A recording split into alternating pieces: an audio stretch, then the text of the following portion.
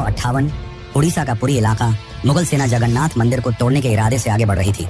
घोड़े सर पर दौड़ रहे थे, तलवारें चमक रही थी, लेकिन जैसे ही सेना मुख्य गर्भगृह की ओर बढ़ी, एक अजीब सा तूफान उठा। सूरज की रोशनी अचानक गायब हो गई और चारों ओर अंधकार छा गया। फिर सैनिकों ने देखा कि मंदिर के अंदर से तेज रोशनी आ रही है और रोशनी के साथ एक भयानक और डरावनी चीज उनके पास आ रही है। ये दृश्य इतना भयानक था कि कई सैनिक वहीं पर बेहोश हो गए और जो बच गए वो ऐसे भागे मानो उनके सामने मौत खड़ी हो। अब आप सोचिए कि क्या ये सिर्फ एक ऐतिहासिक घटना थी या फिर सच में भगवान जगन्नाथ ने अपने धाम की रक्षा की। जगन्नाथ मंदिर एक ऐसा स्थान जो सिर्फ भक्ति का केंद्र नहीं बल्कि अनगिनत रहस्यों की चुप दुनिया है। क्या आपने कभी सोचा है कि क्यों इस मंदिर का ध्वज हमेशा हवा के विपरीत दिशा में उड़ता है और क्यों मंदिर के ऊपर लगे सुदर्शन चक्र हर दिशा से ऐसा लगता है मानो आपको ही देख रहा हो। यहाँ तक कि प्रसिद्ध किताब भविष्य मलिका में इस मंदिर को लेकर कलयुग की कई भविष्यवाणियां की गई हैं, जो कि सारी की सारी सच हुई हैं। इनमें सबसे प्रसिद्ध है कोविड-19 यानी कि कोरोना की घटना। इस किताब में लिखा गया था कि जब मंदिर का सबसे पुराना पेड़ गिर जाएगा तब एक भयानक महामारी आएगी, और यह पूरी तरह सच भी हुई। यह सिर्फ एक घटना नहीं, ऐसी और भी कई घटनाएं हैं जो सच हुई हैं और सारी आपको चौंका देंगी। इस मंदिर के अंदर ऐसे और भी कई अनसुने और खतरनाक रहस्य छुपे हुए हैं जो आपके होश उड़ा देंगे। और सबसे बड़ा रहस्य है ब्रह्म पदार्थ का, यानी कि श्री कृष्ण का दिल। माना जाता है कि इस मंदिर में श्री कृष्ण का दिल आज भी मौजूद है, जिसे हर 12 साल में पुरानी मूर्ति से निकालकर नई मूर्ति में डाला जाता है, और यह प्रक्रिया काफी महत्वपूर्ण है। इस दौरान अगर कोई श्री कृष्ण के दिल को देख ले तो वह तुरंत मर जाता है, जिसकी कई घटनाएं हमारे सामने आती हैं। पिछले 800 सालों से इस मंदिर का ध्वज हर रोज बदला जाता है और कहा जाता है कि अगर इसे एक भी दिन न बदला गया तो मंदिर को 18 सालों के लिए बंद करना होगा। और जब अंग्रेज आए तो उन्होंने इस प्रक्रिया को अंधविश्वास बताकर रोकने की कोशिश की, लेकिन फिर उनके साथ जो हुआ वो जानकर आप चौंक जाएंगे। इस मंदिर के मुख्य प्रवेश द्वार में 22 सीढ़ियां हैं जिन्हें पार करना होता है, लेकिन इनमें से तीसरी सीढ़ी पर पैर रखना सख्त मना है। पर आखिर ऐसा क्यों है और क्या होगा यदि आपने तीसरी सीढ़ी पर पैर रख दिया? फिर आती है मंदिर की रसोई, जहाँ नीचे की आंच से ऊपर वाला बर्तन पहले कैसे पक जाता है। क्या मंदिर की रसोई विज्ञान के नियमों को भी चुनौती देती है?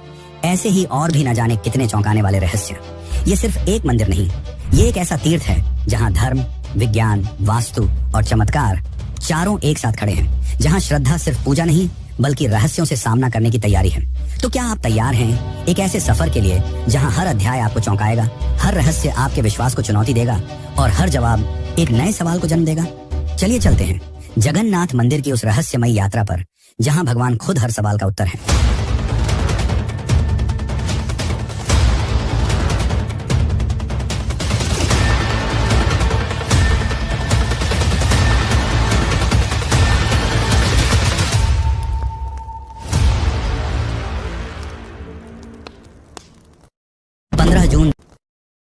जून 2015 रात को घड़ी में 12 बजते ही पूरी शहर की बिजली काट दी गई। ये कोई साधारण बिजली कटौती नहीं थी। इस बिजली कटौती का कारण था मंदिर के गर्भगृह में चल रही विचित्र घटना। मंदिर के मुख्य पुजारी इस अंधेरी रात में अपनी आंखों पर पट्टी बांधे और हाथ में एक मोटा दस्ताना पहने हुए अपने हाथों पर एक दिव्य पदार्थ लेकर भगवान की मूर्ति की ओर बढ़ रहे थे। ये कुछ और नहीं, श्री कृष्ण का दिल था, जिसे ब्रह्म पदार्थ भी कहा जाता है। ठीक 12 साल बाद यह प्रक्रिया आज मंदिर में फिर दोहराई जा रही थी, जहां भगवान जगन्नाथ की पुरानी मूर्ति से उनके दिल को निकालकर नई मूर्ति में लगाया जाता है। ये होता है भगवान के शरीर को बदलने का, लेकिन आत्मा को यथावत रखने का अनुष्ठान। माना जाता है कि यह मंदिर दुनिया का एकमात्र मंदिर है जहां भगवान आज भी जीवित रूप में बसते हैं, और जब उनका शरीर पुराना हो जाता है तो ठीक उसी तरह नया शरीर दिया जाता है, जैसे कोई आत्मा नया जन्म लेती है। कहते हैं इस ब्रह्म तत्व को आज तक किसी ने नहीं देखा, और जिसने भी देखने की कोशिश की वो जिंदा नहीं बचा। नवकलेवर की रात जब पुरानी मूर्तियों से ब्रह्म तत्व निकालकर नई मूर्तियों में डाला जाता है, पुरी में कर्फ्यू जैसा माहौल बना दिया जाता है। पूरे शहर की बिजली काट दी जाती है, मंदिर को घोर अंधेरे में बंद कर दिया जाता है। मंदिर के अंदर होते हैं सिर्फ विशुद्ध ब्राह्मण, जिनका खानदान सदियों से यही कार्य करता आया है। उनकी आंखों पर पट्टी बांधी जाती है और हाथों पर मोटे दस्ताने पहनाए जाते हैं, ताकि वे ना देख सकें और ना ही महसूस कर सकें कि ब्रह्म पदार्थ है क्या। जब यह प्रक्रिया होती है तब मंदिर की सुरक्षा सीआरपीएफ के जवान करते हैं, और किसी भी व्यक्ति का मंदिर के अंदर जाना सख्त मना होता है। जब 2015 में यह अनुष्ठान हुआ था तब एक पांडे ने उस ब्रह्म तत्व को हाथ लगा दिया था, जिसके बाद वह तुरंत ही बेहोश हो गया, और जब आंख खुली तो वह मानसिक रूप से पूरी तरह अस्थिर हो गया था। तो सवाल उठता है, ब्रह्म तत्व आखिर है क्या? क्या यह कोई दिव्य ऊर्जा है? क्या यह सिर्फ विश्वास है, या सच में कोई ऐसा अविनाशी पदार्थ मौजूद है जो युगों से युगों तक जीवित है? माना जाता है कि यह ब्रह्म पदार्थ काफी ज्यादा शक्तिशाली है, जिससे लगातार दिव्य ऊर्जा निकलती रहती है और हमेशा हल्का सा कंपन महसूस होता रहता है। प्रसिद्ध इंडियन आर्कियोलॉजिस्ट प्रवीण मोहन के हिसाब से श्री कृष्ण सिर्फ एक इंसान नहीं बल्कि एक सुप्रीम बीइंग थे। उनके मुताबिक ब्रह्म पदार्थ, जिसे कृष्ण का दिल भी कहा जाता है, वह असल में एक आर्क रिएक्टर है, यानी कि एक ऐसा डिवाइस जो भयंकर स्तर की ऊर्जा उत्पन्न करता है। उन्होंने यह तक बताया कि क्यों जगन्नाथ की मूर्तियों को लकड़ी से बनाया जाता है। उनके अनुसार लकड़ी बिजली को कंडक्ट नहीं करती, जिस कारण यह तक बताया कि क्यों जगन्नाथ की मूर्तियों को लकड़ी से बनाया जाता है। उनके अनुसार लकड़ी बिजली को कंडक्ट नहीं करती, जिस कारण वह ब्रह्म पदार्थ से निकलने वाली इलेक्ट्रोमैग्नेटिक एनर्जी को रोक लेती है। वैसे तो माना जाता है, आज तक इसे किसी ने नहीं देखा है, पर आज से करीब 50 साल पहले एक व्यक्ति ने दावा किया था कि उसने इस हृदय को देखा है। उसने कहा कि हृदय चांदी की तरह तरल बह रहा था और यही तरल लकड़ी को कमजोर कर देता है, जिस कारण हर 12 साल में मूर्तियों को बदलना पड़ता है। उस व्यक्ति ने यह तक कहा कि जब उस साल में मूर्तियों को बदलना पड़ता है। उस व्यक्ति ने यह तक कहा कि जब उस हृदय को प्रकाश में लाया गया तो वह चक्र की तरह घूमने लगा और जोर से कंपन करने लगा, यानी कि जब इस ब्रह्म पदार्थ को रोशनी मिलती है तो यह और भी ज्यादा सक्रिय हो जाता है, जो कि खतरनाक साबित हो सकता है। जिस कारण हर बार जब इसे पुरानी मूर्ति से नई मूर्ति में बदला जाता है तब पूरे शहर की बिजली काट दी जाती है। विज्ञान के लिए आज भी यह एक चौंकाने वाला रहस्य है जिसे कोई समझ नहीं पाया, लेकिन भक्तों के लिए यह उनके श्री कृष्ण है, उनका दिल है, जिस कारण हर दिन लाखों की तादाद में भक्त भगवान जगन्नाथ के दर्शन करने आते हैं। वैसे क्या आपको पता है कि जब श्री कृष्ण की मृत्यु हुई तब पांडवों ने उनके शरीर को जला दिया था, पर फिर कैसे उनका हृदय बच गया और वह पुरी तक कैसे पहुंचा, और इस भव्य मंदिर की रचना किसने की? आखिर कौन था जिसने बड़ी ही चमत्कारी तरीके से भगवान जगन्नाथ की मूर्ति बनाई?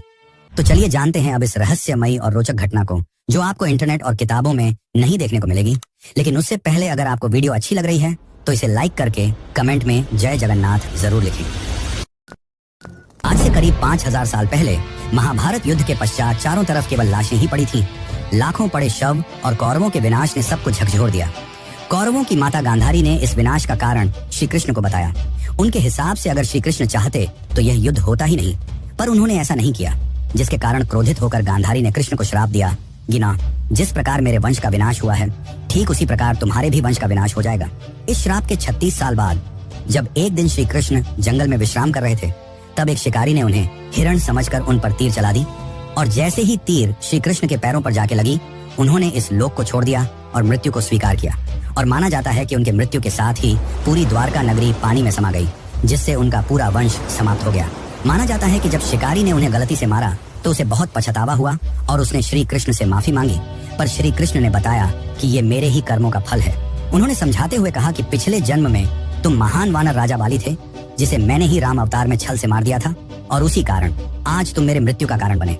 माना जाता है कि जब श्री कृष्ण की मृत्यु की खबर पांडवों को मिली तो उन्होंने पूरे रीति रिवाज से श्री कृष्ण का अंतिम संस्कार किया। और जब उनके शरीर को जलाया गया तो उनका पूरा शरीर पंचतत्वों में विलीन हो गया, परंतु उनका हृदय बच गया और जलने की बजाय और भी अधिक ऊर्जा से धड़कने लगा। इसी हृदय को बाद में ब्रह्म पदार्थ कहा गया। अर्जुन ने इस हृदय को लकड़ी के मंच पर रखकर नदी में बहा दिया। काफी लंबे समय तक बहने के बाद यह ब्रह्म पदार्थ उड़ीसा के समुद्र तट पर पहुंचा। उस समय उस तट पर सबरा जनजाति समुदाय के लोग रहा करते थे। उस जनजाति के मुखिया विश्ववसु ने जब इस ब्रह्म पदार्थ को देखा तो वे इसकी ऊर्जा और दिव्य प्रकाश से प्रभावित हो गए। उन्होंने तुरंत ही पहचान लिया कि यह भगवान के ही रूप हैं और उन्होंने इसे नील माधव के रूप में पूजना शुरू कर दिया। उसी समय मालवा के राज्य में राजा इंद्रद्युम्न राज्य किया करते थे। वे भगवान विष्णु के काफी बड़े भक्त थे। एक दिन उन्होंने नील माधव के दर्शन करने की इच्छा व्यक्त की और उन्हें ढूंढने लगे, और यही आगे चलकर जगन्नाथ के निर्माण की आधारशिला बनी। जैसा कि मैंने बताया, राजा इंद्रद्युम्न विष्णु के परम भक्त थे, और एक रात स्वयं भगवान विष्णु उनके सपने में आए और उन्हें कहा कि वे उनकी दिव्य मूर्ति नील माधव को ढूंढें और उनके लिए एक भव्य मंदिर का निर्माण करें। श्री हरि विष्णु ने उन्हें यह भी बताया कि यह ब्रह्म पदार्थ उन्हें नीलांचल पर्वत में मिलेगा। जिसके पश्चात राजा ने अपने ब्राह्मण पुजारी विद्यापति को आदेश दिया कि वह इस मूर्ति को ढूंढ निकाले। विद्यापति कई दिनों तक नीलांचल पर्वत के अलग हिस्सों में इसकी तलाश करते रहे, और तब जाकर अंत में उन्हें पता चला कि इस मूर्ति को आदिवासी मुखिया विश्ववसु ने एक गुफा में छुपा कर रखा है और वे दिव्य रूप से उसकी पूजा करते हैं। जब विद्यापति ने इसके दर्शन करने की अनुमति मांगी तब विश्ववसु ने यह कहकर मना कर दिया कि यह उनके जाति का निजी मामला है। जिसके बाद विद्यापति ने चालाकी दिखाई और विश्ववसु की पुत्री ललिता से विवाह कर लिया। अब विद्यापति ने ललिता की मदद से विश्ववसु को मनाया और वे उस गुफा की ओर चल पड़े। जैसे ही विद्यापति ने उस नील माधव की मूर्ति को देखा, वे उसकी ऊर्जा से काफी ज्यादा प्रभावित हुए और उन्होंने तुरंत ही यह बात राजा इंद्रद्युम्न को बताई। लेकिन जब राजा इंद्रद्युम्न वहां पहुंचे तब तक विश्ववसु ने वह मूर्ति वहां से हटा दी थी, जिससे राजा काफी उदास हो गए और अपने महल लौट आए। इसके बाद फिर से रात में भगवान विष्णु उनके सपने में आए और कहा कि पुरी के तट पर एक बड़ा नीम का पेड़ बहकर आएगा, तुम उस पेड़ से मेरी नई मूर्ति बनाना। वह पेड़ काफी बड़ा था जिसे उठाना आसान नहीं था।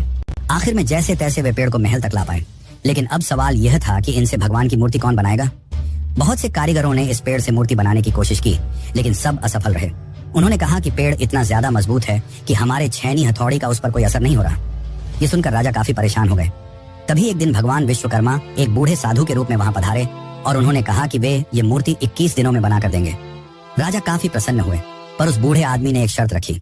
उसने कहा कि मैं एक कमरे में बंद रहकर 21 दिनों में यह मूर्ति बनाऊंगा और तब तक कोई भी इस कमरे का न तो दरवाजा खोलेगा और न ही कोई अंदर आएगा। राजा ने उसकी यह शर्त स्वीकार की और फिर मूर्ति बनाने का कार्य शुरू हुआ। दरवाजा बंद किया गया और कक्ष से छेनी हथौड़ी की आवाजें आने लगी, लेकिन 15 दिनों बाद अचानक से छेनी हथौड़ी की आवाज आना बंद हो गई। महाराज की रानी गुंडीचा काफी चिंतित हो गई और महाराज को कहा कि हमें दरवाजा खोलकर देखना चाहिए। शायद वह वृद्ध व्यक्ति भूख और प्यास की वजह से मर तो नहीं गया होगा। राजा ने शुरुआत में तो मना किया, पर बाद में वे इसके लिए मान गए और दरवाजा खोल दिया। लेकिन जब दरवाजा खुला तो सभी हैरान रह गए। वह वृद्ध व्यक्ति गायब हो चुका था और पीछे केवल 3 अधूरी मूर्तियां थीं। राजा को यह देखकर काफी दुख हुआ, क्योंकि उनकी शर्त तोड़ने की वजह से भगवान की मूर्तियां आधी रह गईं। जगन्नाथ भगवान के हाथ और पैर अधूरे थे। बलराम और देवी सुभद्रा की मूर्तियां भी अधूरी थीं। जब राजा मूर्ति के पास गए तब उन्हें दिल की धड़कन महसूस हुई और मूर्ति के अंदर से एक दिव्य आवाज आई, जिसने राजा को बताया कि श्री कृष्ण का हृदय इस मूर्ति के अंदर है। राजा ने इन मूर्तियों को स्थापित किया और आज यही अधूरी मूर्तियां भगवान जगन्नाथ के रूप में पुरी में पूजी जाती हैं। वैसे दोस्तों, आपको एक बात बता दूं, जो हो रहा है वह पहले ही लिखा जा चुका है और जो लिखा गया है वही होकर रहेगा। ये कोई फिल्मी डायलॉग नहीं, बल्कि पुरी के भक्तों की आस्था और सच्चाई है भविष्य मालिका की। तो चलिए जानते हैं उन भविष्य मालिका की घटनाओं को जो आज सच साबित हो रही हैं। इस मंदिर का इतिहास और वर्तमान एक भविष्यवाणी से जुड़ा हुआ है। भविष्य मालिका एक दिव्य ग्रंथ है जिसे लगभग 500 साल पहले ओडिशा के महान संत आचार्य महाप्रभु अच्युतानंद ने लिखा था। कहा जाता है कि वे पंचसखा यानी भगवान जगन्नाथ के 5 दिव्य सेवकों में से एक थे, जिन्होंने भगवान के आदेश पर कलयुग की कई घटनाओं को पहले ही देख लिया था। ये ग्रंथ ओडिया भाषा में लिखा गया है और इसकी पंक्तियां कविता के रूप में हैं, जैसे किसी गूढ़ रहस्य का संकेत दे रही हूँ। आइए हम आपको बताते हैं भविष्य मालिका की कुछ